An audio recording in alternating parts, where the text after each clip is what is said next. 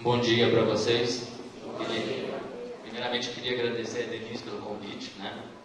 Não conhecia a Hervália, né? Primeira vez que está vindo aqui e é um prazer estar aqui com vocês, né? Eu sou formado na Univisosa, né? Como a Denise falou, e atuo como psicoterapeuta em consultório particular, né? E vou falar um pouco da ociosidade na adolescência e na terceira idade, né? Primeiramente, eu queria falar do conceito de ociosidade, né? O que é ociosidade? Né? A ociosidade, se olhar no dicionário, a pessoa ociosa é aquela que não está exercendo nenhuma atividade, ela não está em trabalho, ela está em repouso, né? Ou seja, quando estamos deitados ou sentados no sofá fazendo nada, estamos ociosos, né? É interessante que a maioria dos profissionais de saúde concordam que nós, seres humanos, temos que estar em movimento para estarmos saudáveis, né? De uma forma geral, todos os profissionais de saúde concordam com isso, né? A pessoa que está em movimento está mais saudável, tanto fisicamente quanto mentalmente, né? É muito comum ver pessoas com mais idade, né, idade mais avançada, né, que estão bem e elas, de um modo geral, são muito ativas, né, na sua vida, né, nas atividades, né. De um modo geral, pessoas mais inativas tendem a adoecer mais, né. Pesquisas mostram isso, né. É interessante também notar que as pessoas, o corpo humano foi feito para se movimentar, né, e ele fica mais saudável ao se movimentar. Mas também tem que ter cuidado com o excesso, né? É tudo uma questão de equilíbrio, né? É interessante ver o princípio, por exemplo, da musculação, em que você, para ficar mais forte, você tem que dar uma atividade física moderada, né? Intensa naquele momento, mas tem que dar o descanso necessário, né? Da mesma forma, se tem um excesso, a pessoa desgasta os músculos, né? Então, é uma questão de equilíbrio, né? A pessoa que não faz atividade, as células tendem a, digamos assim, morrer, né? Por exemplo, se a gente pega um exemplo de uma pessoa que está em coma, ela, por exemplo, fica 5 anos em coma, ela não está, por exemplo, andando, né? Ela fica 5 anos sem usar os músculos. Quando ela acorda, ela não consegue simplesmente sair andando, porque ela não usou aqueles músculos, né? Eles tendem a atrofiar, né? Então tem que fazer um trabalho com fisioterapia, né? Para recuperar esses movimentos. Da mesma forma que uma pessoa com uma visão normal, se ficar muito tempo sem ter acesso à luz, por exemplo, ficar anos num porão, ela vai ter problemas de visão se não ficar cega, né? Então é uma questão do corpo estar ativo de forma moderada, né? E dar o descanso necessário, né? Mas se é tão saudável ficar ativo, fazer atividades, por que muitas vezes nós temos preguiça, né? Preguiça de fazer atividades, né? Por que não é tão natural, né? Porque até se pegar no conceito de ocioso, muitos vão ter como sinônimo a preguiça, né?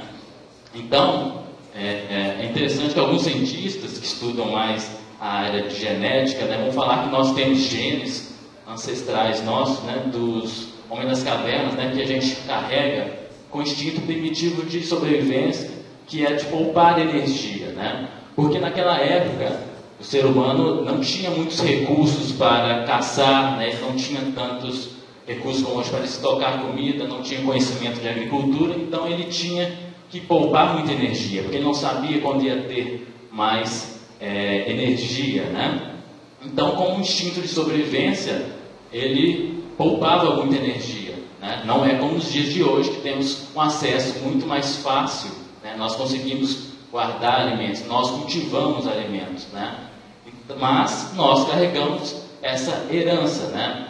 Então, muitas vezes, quando a gente está com preguiça de fazer alguma coisa, por exemplo, nessas últimas semanas que esteve mais frio, né? É mais comum a gente ficar com preguiça, né? A gente às vezes está em casa e, tipo, tem que sair, bate sensação de não querer sair, né? É nosso gene ancestral falando que, né, para poupar energia, né? Então a gente tem que lutar contra ele, né?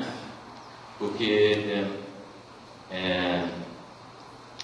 ele quer que a gente poupe energia. Por exemplo, no frio, nós gastamos de fato mais energia, né? Porque temos que manter o corpo quente e o ambiente está frio, né?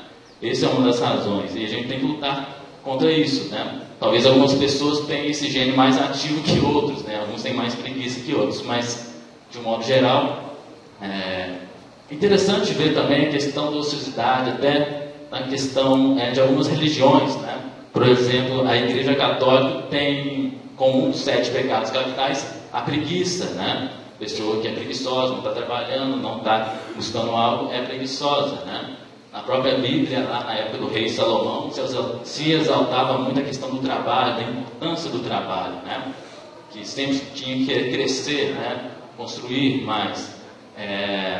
Os judeus têm uma visão muito, na cultura deles, de crescer, querer sempre crescer profissionalmente, né? Nunca se acomodar, né? O que é muito saudável até certo ponto, como eu disse, até o ponto de você não chegar excessivamente a ficar só pensando em trabalho, né? É muito saudável, porque você está investindo sua energia nessas questões, né? A querer crescer, né? Ou seja, de um modo geral, né? É saudável buscar algo, fazer alguma atividade, né? Mas e a psicologia? O que ela diz a respeito da ociosidade, né? Para explicar isso, eu vou explicar um pouquinho do conceito de energia psíquica, né? Que Freud descreveu no início do século XX, né? Ele descreveu que nós desenvolvemos 3 instâncias psíquicas, né? O id, o ego e o superego, né?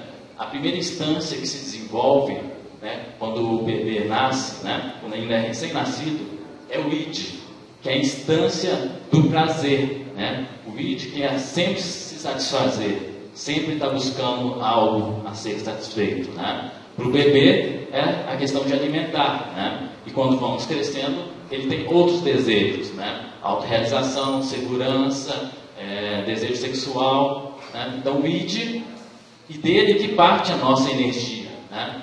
Tudo que queremos, tudo que fazemos é por causa do id, nos dando energia, querendo ser satisfeito, né? Mas essa energia não necessariamente tem que ser usada para o princípio inicial. Por exemplo, alguém pode ter muita energia sexual que ela não use para questões sexuais. Ela pode desviar essa energia para trabalho ou algum hobby, questões de lazer, de atividade, né? Depois que desenvolve o id, tem outras 2 instâncias que são desenvolvidas, né? O ego, né?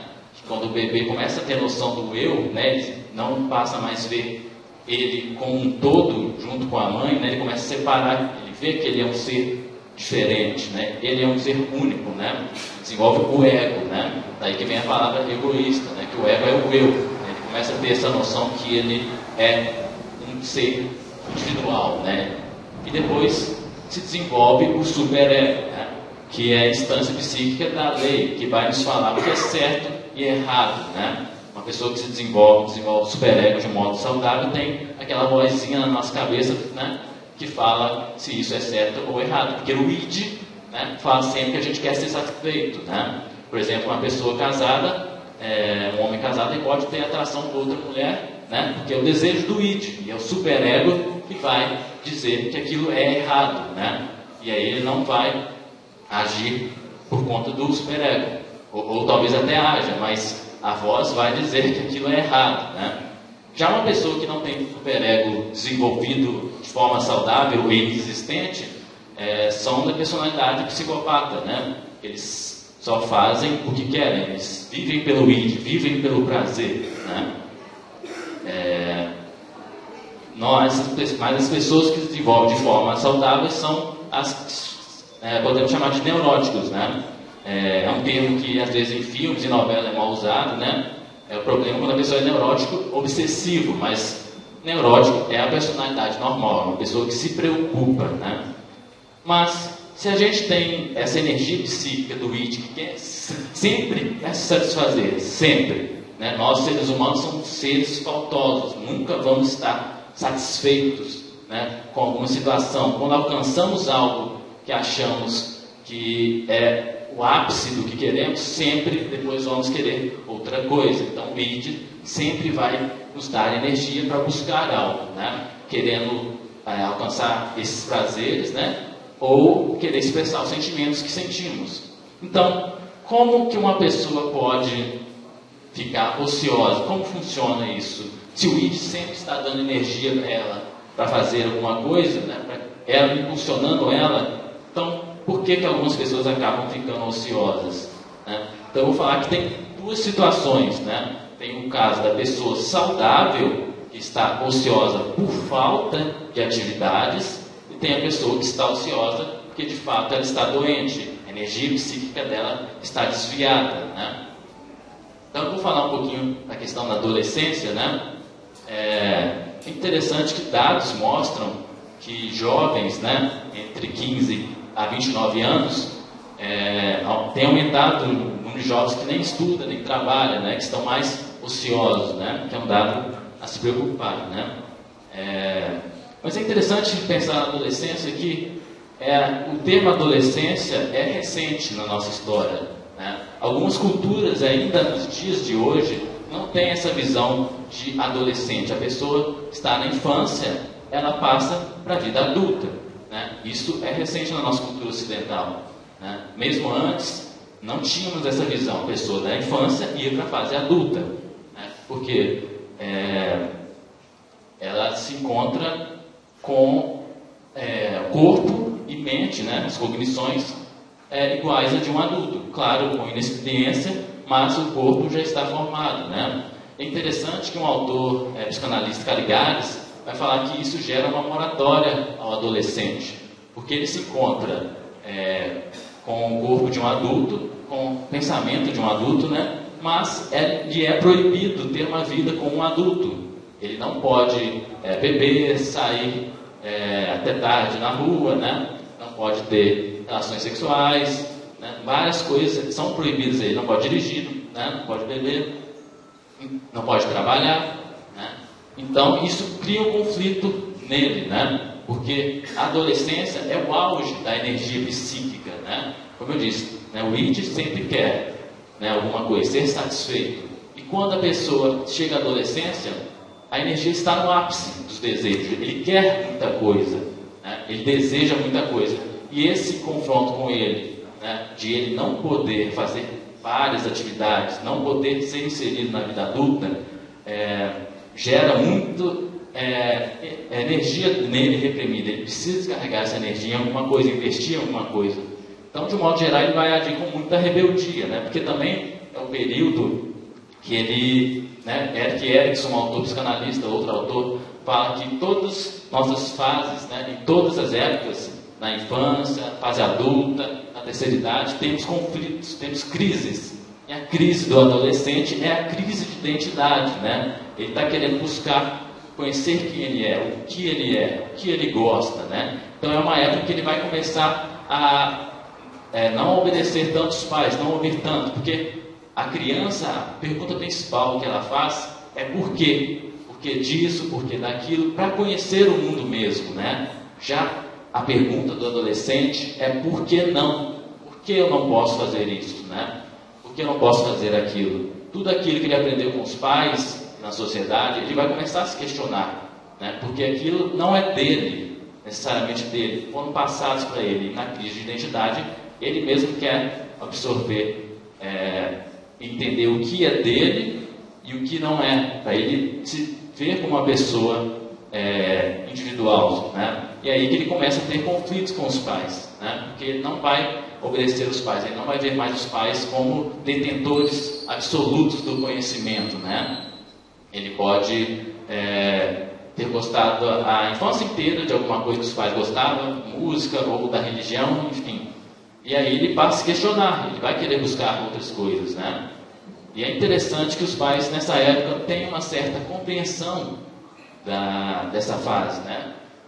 Para que eles possam se desenvolver de forma melhor, né? Porque eles estão numa fase que eles precisam realmente se conhecer, né? Como eu disse, eles estão no auge da energia psíquica. Se os pais confrontarem, de forma geral, eles vão ter comportamentos agressivos, porque eles estão no ápice da energia psíquica. E é aí que entra a importância de atividades extras, já que ele não pode trabalhar, não pode fazer uma série de coisas, ele tem muita energia psíquica. Ele precisa de investir em alguma atividade.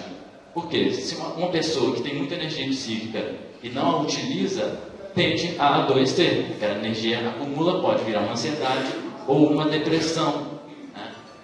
Então, essa é a importância da utilização da energia psíquica em alguma atividade, né? Mas também, ele tem tanta energia psíquica que não necessariamente ele vai adoecer. Se não tiver atividades saudáveis para ele fazer, ele pode procurar atividades mais perigosas e nocivas, né? Porque o jovem precisa se agrupar, né? Ele se sente injustiçado pelos adultos e não se sente mais criança, né? Ele precisa de alguma atividade, né?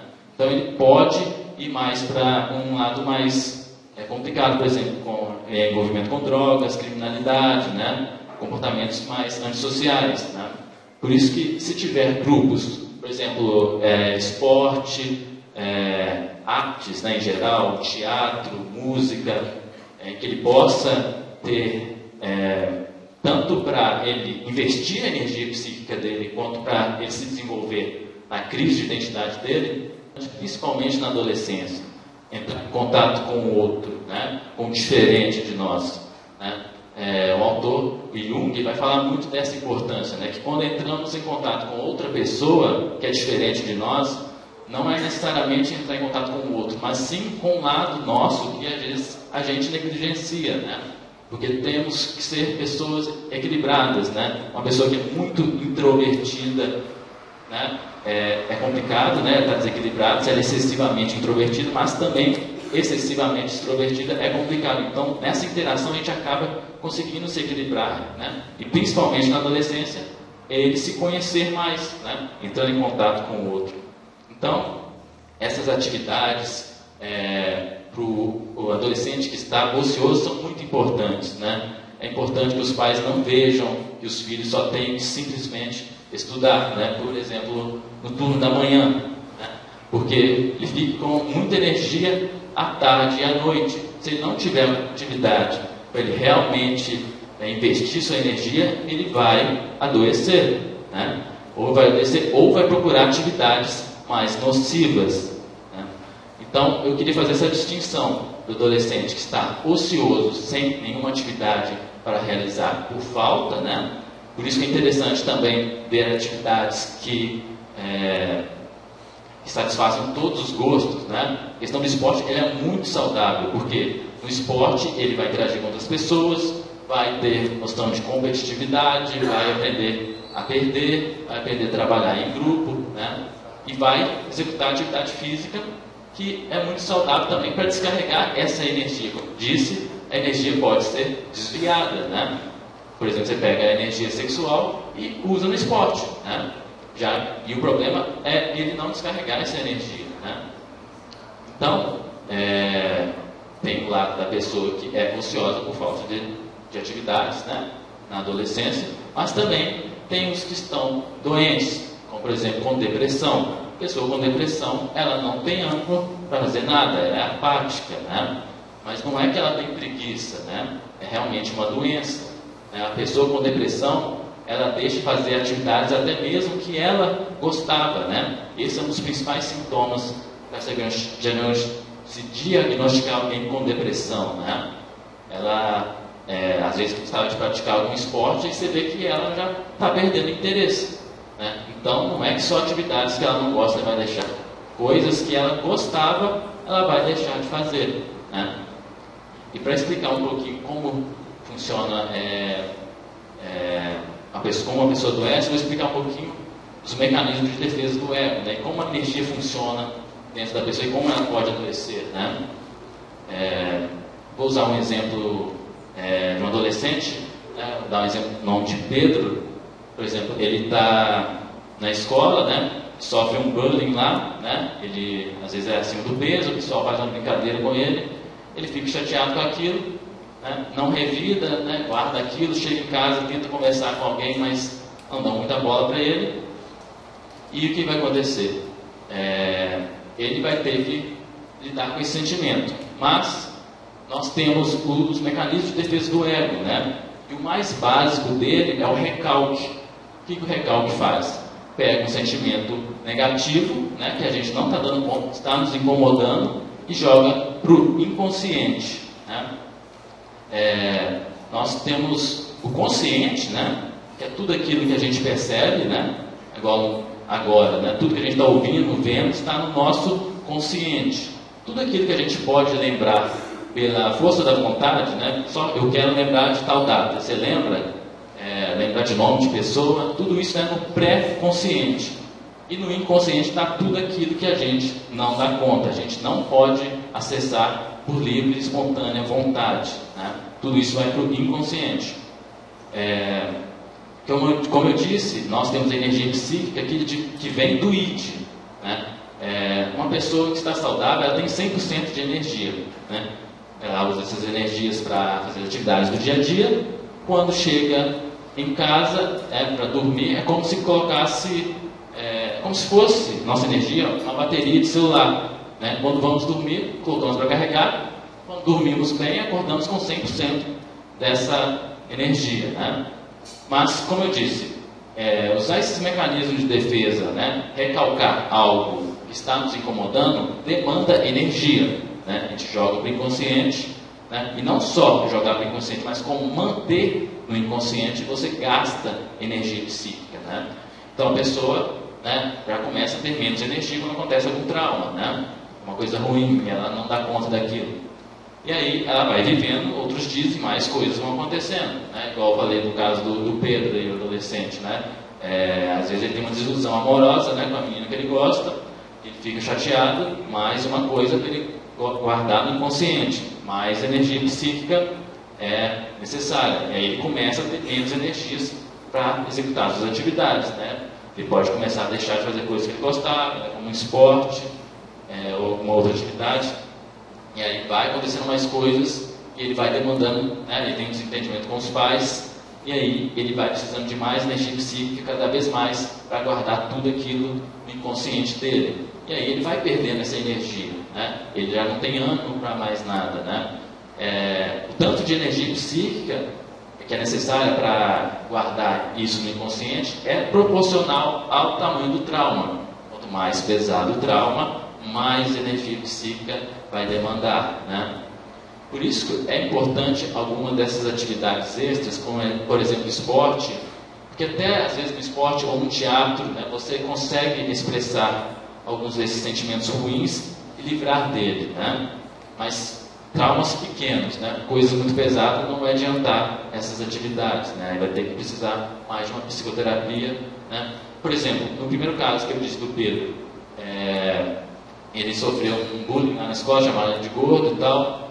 Se ele contasse aquilo para alguém e alguém o compreendesse, ele pudesse expressar tudo aquilo, talvez o sentimento não ficasse recalcado dentro dele, né? Gastando energia psíquica, talvez ele resolvesse e ficasse tranquilo, né? Ou até mesmo na prática de algum esporte ele poderia colocar aquilo para fora, né?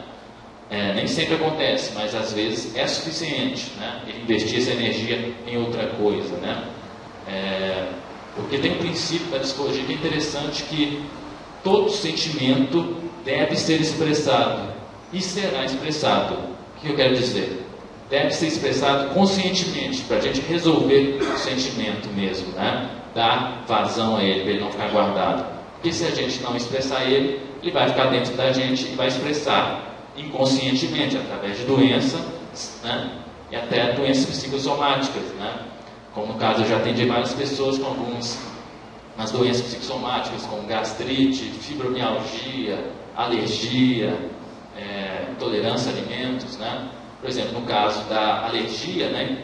Era em geral, né? Cada caso é o caso, mas de uma forma geral a alergia é raiva reprimida, né? Então, é interessante os sintomas muitas vezes para a gente identificar a origem do problema, né? Porque quando se passa muito tempo de um trauma, a gente já desvincula do fato, a gente não começa nem a lembrar do fato, tem o sentimento guardado, mas o fato já se foi. Então, esses essas dicas que o corpo dá, do que está acontecendo, servem muito em psicoterapia para identificarmos a origem do trauma, né? Isso, essas gastrites, tudo mais que eu falei aí, alergia, é complicado, mas também tem doenças piores, né? Mais complicadas. A fibromialgia mesmo é uma bem complicada, né? Mas até mesmo o câncer, né? Pode ser desenvolvido por causa de muitos sentimentos reprimidos, né? Interessante que eu já atendi alguns jovens, vários jovens, quando eu fiz estágio lá na UFV, né? Ainda atendo muitos, mas de uma forma geral, muitos tinham muita raiva reprimida, né? Tinham muitos problemas com os pais, né? E só o fato deles poderem expressar em psicoterapia da raiva com os pais, esse sentimento ia embora, né? Ou seja, eles não expressarem aquilo é que é o problema, né? Claro, de forma controlada, não quer dizer que eles têm que brigar com os pais, né? Como eu disse, tem que expressar, né? Ser compreendido muitas vezes ajuda bastante, né? Infelizmente a gente está vivendo uma sociedade, né? A questão das redes sociais e tudo mais, que a gente prega muito que temos que estar felizes o tempo todo, né? A questão do Facebook, né? As fotos só todo mundo feliz e tudo mais, e acaba que a gente não pode expressar tantos sentimentos, né? Mas isso não é bom, né? Você ignorar, né? Por um tempo a gente dá conta, mas depois de um tempo fica complicado, né? Já atendi casos de depressão grave, né? Alguns casos que a pessoa mesmo descrevia: poxa, eu tô fazendo um curso legal, tenho um namorado legal, minha família está com uma condição financeira boa, mas eu não estou tendo sentido em viver, né? Aí ela mesmo se sentia muito mal por isso, né? Porque, pô, eu estou numa situação que muita gente queria estar, mas eu não estou bem, né? E aí quando alguém falava isso para ela, tipo, poxa, você não pode estar triste, né? Você está com uma condição legal, né? Você está fazendo um curso legal, você é bonita, você tem namorado e tudo mais, por que você está triste, você é jovem? E a pessoa ficava se sentindo um monstro, né? Porque tinha tudo aquilo e estava mal. E aí, trabalhando em psicoterapia, a gente ia descobrindo vários traumas bem pesados, né? Não é à toa que uma pessoa fica apática, sem querer fazer nenhuma atividade quando ela está doente, né? São traumas geralmente bem pesados ou um acúmulo de várias coisas, né? E por isso que eu queria fazer essa distinção, né? Uma pessoa que está ociosa, né? Por falta de atividades, né? E da pessoa que está realmente doente, com uma depressão, né? Como eu disse, a questão, né? Eu falei de depressão, mas também a pessoa pode desenvolver uma ansiedade, né? Porque demanda energia psíquica para guardar aquilo e às vezes o corpo não consegue segurar aquele sentimento e aquele sentimento vem na cabeça da pessoa de forma descontrolada, né? Vários pensamentos, né? Que é a questão da ansiedade, que a pessoa sempre está com alguma coisa na cabeça, né? A ansiedade seria uma energia descontrolada, né? E as atividades ajudam muito a equilibrar isso, né? A atividade física ajuda na depressão, na ansiedade, né? Porque ajuda a controlar os níveis de noradrenalina e serotonina, né? A depressão é uma baixa na noradrenalina e serotonina, e a ansiedade é excessiva noradrenalina, né? E serotonina, né?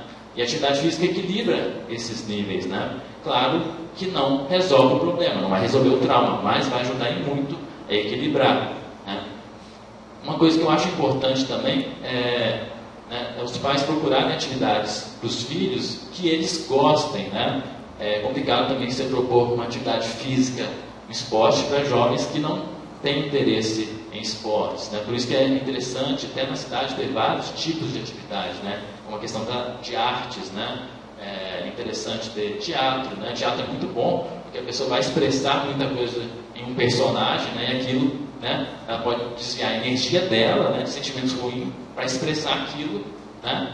E ela fica bem, se livrar do sentimento, realmente, né? Claro que como são traumas muito pesados, aí vai ser mais do lado da psicoterapia mesmo, né? Da psicoterapia.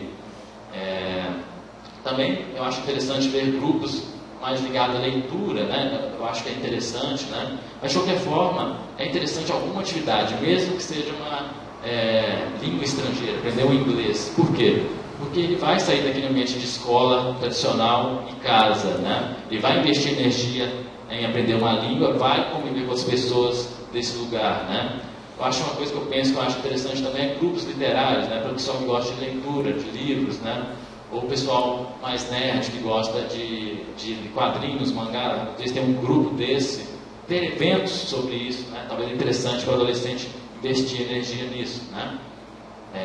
Mas, de fato, é importante que faça alguma atividade, né, para aqueles que estão ansiosos, para que não adoeçam, né, ou não vão para o lado de atividades mais nocivas, né? Estudos mostram que adolescentes muito ansiosos tendem a se envolver com drogas, né? A pessoa que está tendo até ex-viciados, né, quando estão muito ociosos, ficam com muita vontade de voltar a usar drogas. Já aqueles que estão exercendo algum tipo de atividade não têm tanta vontade de voltar a usar drogas, né? Agora vou falar um pouquinho da terceira idade, né? Na terceira idade, a visão nossa ocidental aqui no Brasil, né, é muito triste comparado com a visão, né, que se tem lá no Oriente, por exemplo, né? Que a pessoa com terceira idade é uma pessoa experiente, sábia, né, com muito conhecimento, muito a agregar e ensinar as novas gerações, né? Em países como o Japão, só da pessoa ser de uma série, né, superior que você na escola, você já trata ela com mais respeito, né? Você chama ela com um termo de respeito, né? De senhor, né? Só por ser uma série acima, né? Que dirá as pessoas com mais idade, né? Que são respeitadas e a opinião delas são muito levadas em conta para tudo, né? Infelizmente no Brasil, né, em países do Ocidente, de um modo geral, é claro, nem todo mundo pensa assim, a opinião da pessoa na terceira idade é mais relevante, né? É visto como uma coisa ultrapassada, velha, né? A ser deixado de lado, né? Isso por si só já faz com que muitos na terceira idade fiquem ociosos, né? Porque a sociedade, de um modo geral, já não vê que ele tem que contribuir muito, né? Uma coisa que é muito complicada para a pessoa na terceira idade é lidar com a aposentadoria, né? É claro que eu não estou dizendo que a pessoa deve continuar trabalhando, né? Na maioria dos casos o trabalho é pesado, né? E a pessoa já não está dando conta, né? Mas é importante um planejamento quando a pessoa vai se aposentar. Até que ultimamente tem se feito muita preparação financeira, mas preparação de atividades, de um modo geral, não há, né? Pois, apesar da energia psíquica na terceira idade, de um modo geral, estar mais baixa que, por exemplo, na adolescência, ela existe, né? A pessoa quer satisfazer uma coisa, né? Ela quer buscar algo, ela tem energia, né? Se ela passa por exemplo, trabalha todo dia 8 horas, né, de segunda a sexta, e aposenta e de repente se vê não fazendo mais essa atividade, como é que fica toda aquela energia que ela sempre dedicava ao trabalho? Vai ficar acumulada dentro dela se ela não buscar outras atividades. E isso pode levar ao adoecimento, pode levar a uma ansiedade, né? Pode levar a uma depressão, que a energia pode ficar acumulada dentro dela, bloqueada, né? É interessante que dados mostram que de cada 4 idosos com depressão, apenas um é diagnosticado com depressão. Por quê? Porque é diferente do adolescente, que quando a gente vê ele apático, ocioso, sem fazer nada, chama muita atenção, né? Porque a gente pensa, pô, é jovem, ele tem que estar ativo, né? Esse é o pensamento normal mesmo, porque realmente o adolescente tem mais energia. Mas o pessoal da terceira idade também tem bastante energia. Mas a gente vê como normal ele estando com depressão, né? Normal da idade, já está cansado, né? Ou na verdade ele pode estar doente com depressão, podendo ser feito um trabalho com ele e ele voltar às atividades dele, né? Eu atendi uma senhora que ela me falava desses problemas que ela sentia, até de não se sentir importante na família, sentir um peso, né? A família, ninguém ouvia ela queria ajudar a criação da neta, mas a mãe nem a neta dava ouvidos para ela, sentia praticamente um peso morto em casa, né? E aí fui trabalhando com ela as questões, né, as questões dela, né? E tinha muita coisa do passado, né, da infância, adolescência dela que tivemos que trabalhar, né? Ou seja, coisas que tinham acontecido há mais de 50 anos que ainda pesava na vida dela, né? Que fazia com que ela não tivesse acesso a toda a energia dela, né? Ela demandava aquela energia para cobrir aqueles traumas, né? E aí, assim que a gente começou a trabalhar essas questões, começou a elaborar essas coisas do passado que a incomodavam, ela sem eu sugerir nada, ela mesma começou a procurar atividades para ela, né? Hidroginástica, forró, né? Ela passou por ela mesma. Por quê? Ela passou a ter mais energia para ela e foi atrás dessas atividades. E felizmente, nesse caso, a família não, acho que nem, pelo que eu entendi, nem ajudou, mas também não atrapalhou que ela buscasse, né, essas atividades. O que é muito importante, porque às vezes a pessoa na terceira idade já não tem tanta autonomia, né? Alguns estão muito bem, né, conseguem ter uma boa autonomia, já outros não. Então é importante que a família colabore para que ela procure atividades, veja se ela não está doente, né? Mas de fato o idoso passa por mais traumas, né? Porque já está com uma idade avançada, né? Muitas vezes ele tem muitas perdas, né? Mas a pessoa com terceira idade, que às vezes ela já está com uma certa sabedoria da vida, ela até aceita mais essas perdas e lida bem com os lutos, né? Mas pode ser também que ela tenha, na verdade, um acúmulo de muita coisa, porque viveu muita coisa, não lidou bem com elas, né? Igual no caso da senhora que eu disse que eu atendi, né? Tinha coisas lá do passado, lá da infância, né? Uma vida bem difícil, com um pai alcoólatra, casar na adolescência com uma pessoa que não queria e tudo mais, né? Como eu disse, ou ela pode desenvolver muito bem, né, e estar bem, ou ela pode desenvolver mal na fase na terceira idade, né, e não lidar bem com as coisas que estão acontecendo por causa dos traumas do passado. E tem aqueles que já entendem, são mais sábios, estão vivendo bem, entendem as perdas, né, mas cada um é cada um, né, e isso deve ser respeitado e levado em conta, né. Mas assim como o adolescente, né, o idoso também precisa de atividades, né? Atividade física para ele é excelente, né? Atividades novas, para todas as pessoas em geral é bom, mas na terceira idade chega a ser mais importante. Por quê? Porque se a gente vive numa rotina fazendo sempre as mesmas atividades, nunca aprendendo nada novo, nós não criamos novas conexões neurais. Sempre que a gente aprende uma coisa nova, por exemplo, aprender uma língua nova, viajar para um lugar diferente, conhecer um grupo novo, conhecer pessoas novas, isso cria novas conexões neurais, mantém nosso cérebro ativo, né? Nossa mente ativa. Quando estamos numa rotina, sem aprender nada, é como se a gente ficasse, o cérebro, né? Nossa mente, deitado na cama, ocioso, sem fazer nada, e vai perdendo a capacidade, né? Porque é meio como se estivesse atrofiando, você não está aprendendo nada novo, não está fazendo nada diferente, né? Por isso que é importante, para todas as idades isso é importante, mas principalmente nessa idade, porque já começa a pessoa a ficar mais debilitada, né? Se ela não usa o cérebro, não usa a mente, ela vai adoecer, né?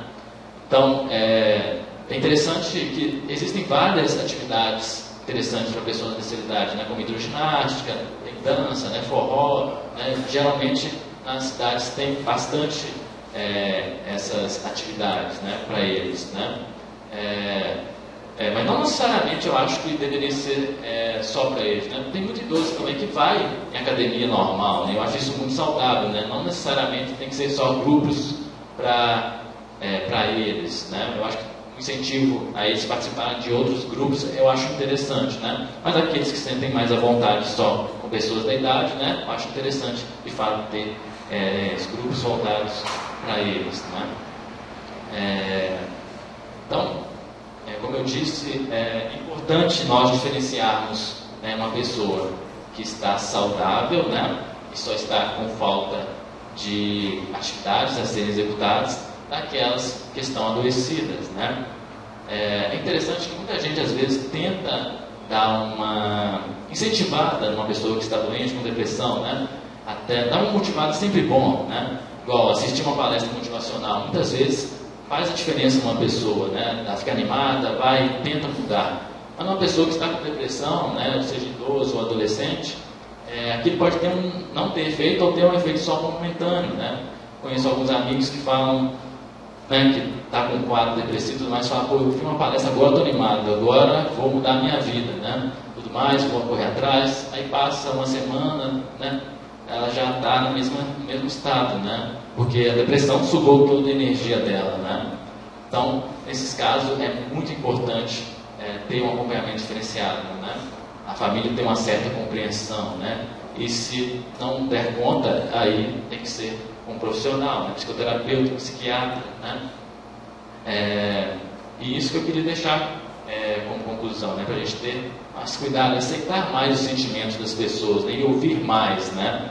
Tanto para que elas possam expressar os sentimentos para não adoecer, né? Como eu disse, muitas vezes expressar aquilo que se sente é suficiente em muitos casos para superar aquilo que se passou, né? Mas em outros casos é preciso um trabalho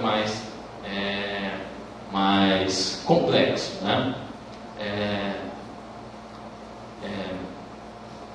E é isso que eu queria deixar a conclusão, da gente ter esse cuidado, né, de propor atividades sim, mas tomar cuidado com aqueles que estão adoecidos de fato, né? Porque uma pessoa não está com depressão porque ela quer, né? Muitas vezes ela não está, ela de fato fica apática e não quer fazer as coisas, mas não é uma preguiça de fato, ela de fato está doente. Então, o que eu queria deixar como mensagem é isso: vamos tentar ser um pouco mais compreensivos, né, com as pessoas e também tentar ouvir o que elas querem, né? Não vai adiantar propor atividades também para a pessoa que ela não quer, né? O idoso, por exemplo, né? É muito triste quando a família trata o idoso como uma criança, né? Como se ele não soubesse o que quer, né? É claro que cada caso é um caso, mas de um modo geral, né? Um princípio da psicologia que eu gosto muito a gente falar que se a gente conseguisse deixar que cada um siga o que realmente quer, todos seriam felizes, né? Isso é um princípio que eu acho muito interessante. E pensar que nós não, de certa forma, não somos, por exemplo, felizes ou tristes, né? Estamos, né?